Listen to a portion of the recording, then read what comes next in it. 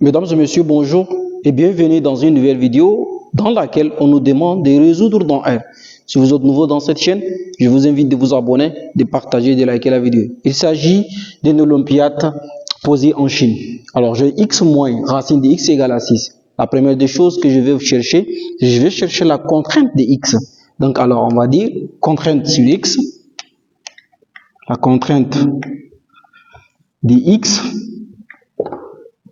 Alors, cette équation, on peut la nommer équation E, d'accord? On va dire E, cette équation, ça veut dire E existe, d'accord? Donc, c'était là, il existe si et seulement si, il existe si et seulement si, la contrainte ici, x là, doit être supérieure ou égale à 0.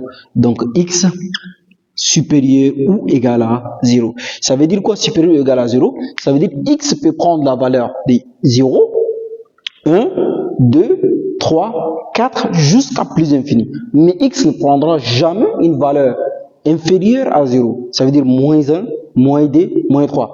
Il peut aussi prendre 0. D'accord? X peut être aussi égal à 0. Et donc là, on va dire que, quel que soit, donc on va dire x appartient à l'intervalle 0 à plus infini. Ça, c'est la contrainte de x. Donc, alors maintenant, on va passer à l'autre étape qui consiste à résoudre cette équation. Donc, on va dire la deuxième étape, résolution. Résolution. Alors, si tu es là jusqu'à ici, je t'invite à t'abonner, partager, de liker la vidéo. Alors, pour résoudre cette équation, j'ai besoin de déplacer le 6 là à gauche de l'égalité afin que je trouve une équation est égale à 0. Alors, donc là, qu'est-ce que j'obtiens? Je vais dire, ceci est égal à x moins la racine de x. Donc, maintenant, il est positif le 6. Donc, quand il se déplace, il devient négatif. Donc, on aura moins 6 est égal à 0. Alors, maintenant, j'ai besoin de changer la variable ici. J'ai besoin de changer la variable. Donc, je vais dire, posons la racine de x là est égale à m. Donc maintenant, si la racine de x est égale à m, à quoi est égal à x? Il faut se poser la question, à quoi est égal à x? Et donc x là, pour trouver x, il faut élever le tout au carré et donc le radical va partir et on aura x est égal à m au carré. Ça veut dire qu'on a la racine de x qui est égale à m. D'accord? Maintenant, nous on cherche x. Donc pour cela, on élève celui-là au carré. D'accord? La première qu'on avait posée, on laisse. Donc maintenant, pour trouver x, on élève celui-là au carré. Et donc quand on élève celui-là au carré, celui-là aussi, on doit l'élever au carré. Et donc le carré va partir. On aura x là est égal à m au carré. D'accord? Maintenant, on a trouvé x égale à m au carré. On va remplacer les choses. Donc ça veut dire que j'aurai, ici c'est x. Donc je remplace par m au carré. D'accord? Moins m moins 6 est égal à 0. Alors là, j'ai une équation du second degré, m carré moins m moins 6. Donc on va passer par delta. Alors donc delta est égal à b carré moins 4ac. Alors donc là, qu'est-ce que j'aurai? Ici, le coefficient de m au carré, ça fait 1. Donc ça, le delta est égal. Donc ici, j'aurai quoi? B carré, ça fait ici aussi 1, moins 1 au carré, moins 4 en facteur de a. Ici, a, ça fait 1. D'accord? Et maintenant, C, ça fait moins 6. Et donc, delta est égal à quoi? Donc, j'aurai moins 1 au carré, ça fait 1, plus, donc ici, 6 fois 1, 6 fois 4, ça fait 1, 4 fois 6, 4 fois 1, ça fait 4, 4 fois 6, ça fait 24, donc plus 24. Alors, donc, j'aurai ici 25. Ça veut dire que delta est supérieur à 0. Et donc, la racine de delta est égale à la racine de 25. Et donc, racine de 25, ça fait 5. Donc, il existe des solutions réelles. M1 et MD. Donc, on va dire que M1 qui est égal à moins B plus la racine de delta sur 2A. D'accord? Maintenant, M1 est égal aussi, on va remplacer juste par le valeur. Donc, moins B, ça fait moins 1. Avec le moins de la formule, ça fait plus 1. Donc, on aura 1 plus racine de delta, ça fait 5. Sur 2A. A, ça fait 1. Donc, on aura M1.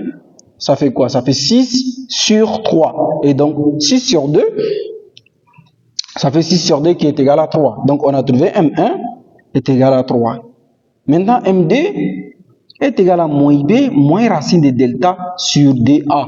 Et donc, MD est égal. Maintenant, moins B, ça fait 1 moins 5 sur 2. Donc, alors ici, j'aurai moins 4 sur 2. Et donc, ça veut dire que j'aurai MD là est égal à moins D. Alors, donc, j'ai des valeurs de M, soit M égale à moins 2, soit M égale à 3. Donc, ça veut dire que, or, nous avons posé que la racine de X qui est égale à M.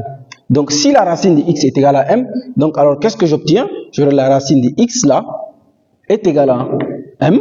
Et donc, ceci implique que la racine de X là est égale à soit M3, d'accord?